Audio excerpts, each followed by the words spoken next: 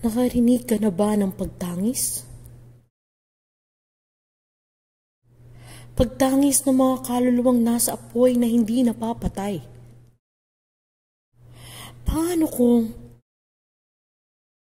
ang naririnig mo siguro ng mga tao ay mula pala sa mga taong mahal mo sa buhay?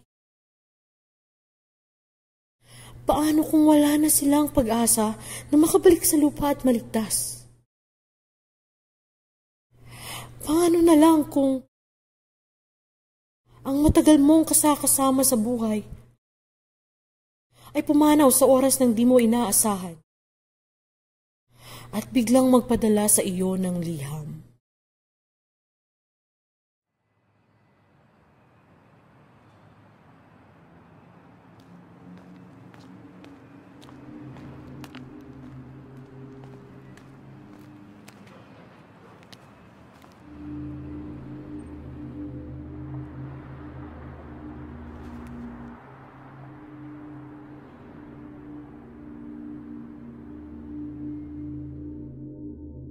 Kamusta ka na, Maris?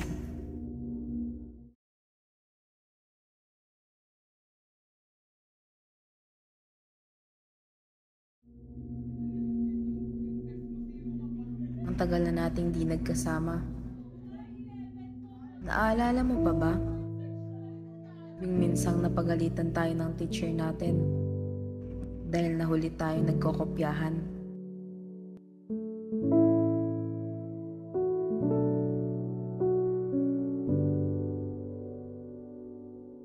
Nakakamiss din yung mga araw na madalas tayong lumabas kasama ng mga kaibigan para mag-bonding. Naalala mo rin ba yung sa tuwing meron akong problema, lagi mo akong sinasamahan? Maraming salamat dahil lagi kang nandyan.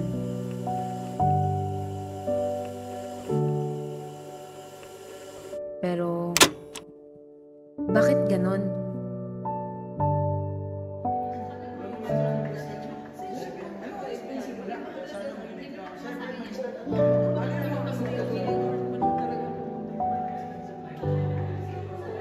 Minsan, nakikita kitang kasama ng iba nating mga kaibigan na pumunta sa inyong iglesia.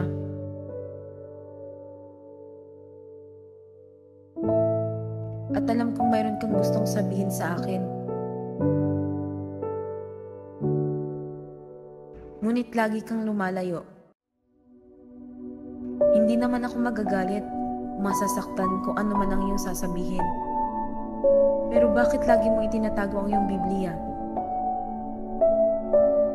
Mayroon bang mali sa akin? O dahil sa natatakot kang ihayag sa akin ang katotohanan?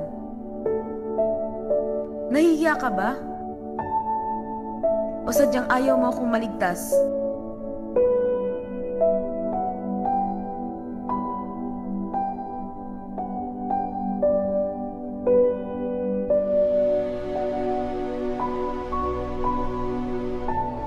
Maris.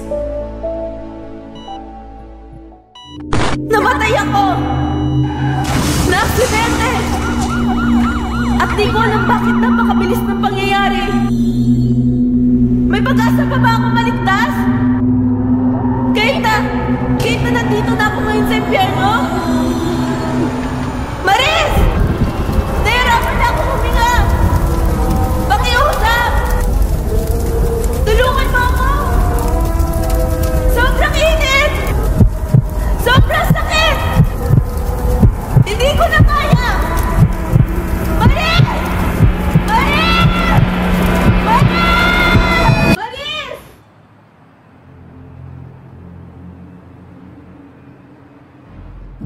Bigla akong natulala. Mula nung napulot ko ang isang papel, parang ibang sulat ang nabasa ko.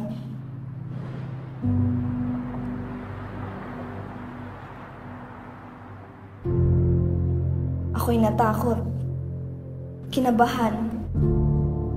Parang tangis ng isang kaluluwa ang aking narinig.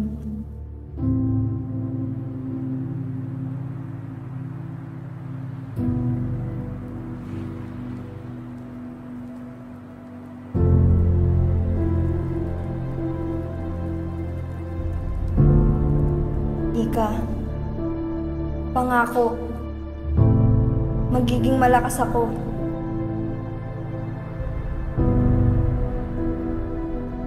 Dahil hangad ko na maligtas ka at makasama ka sa buhay na walang hanggan.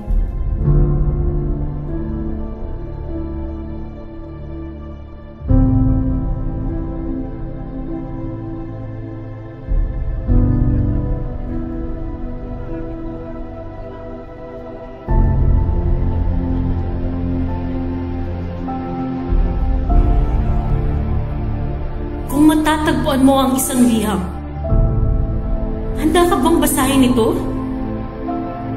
Anong gagawin mo sa mga ligaw na kaluluwang sumisigaw at humihingi ng tulong para sa kanilang kaligtasan?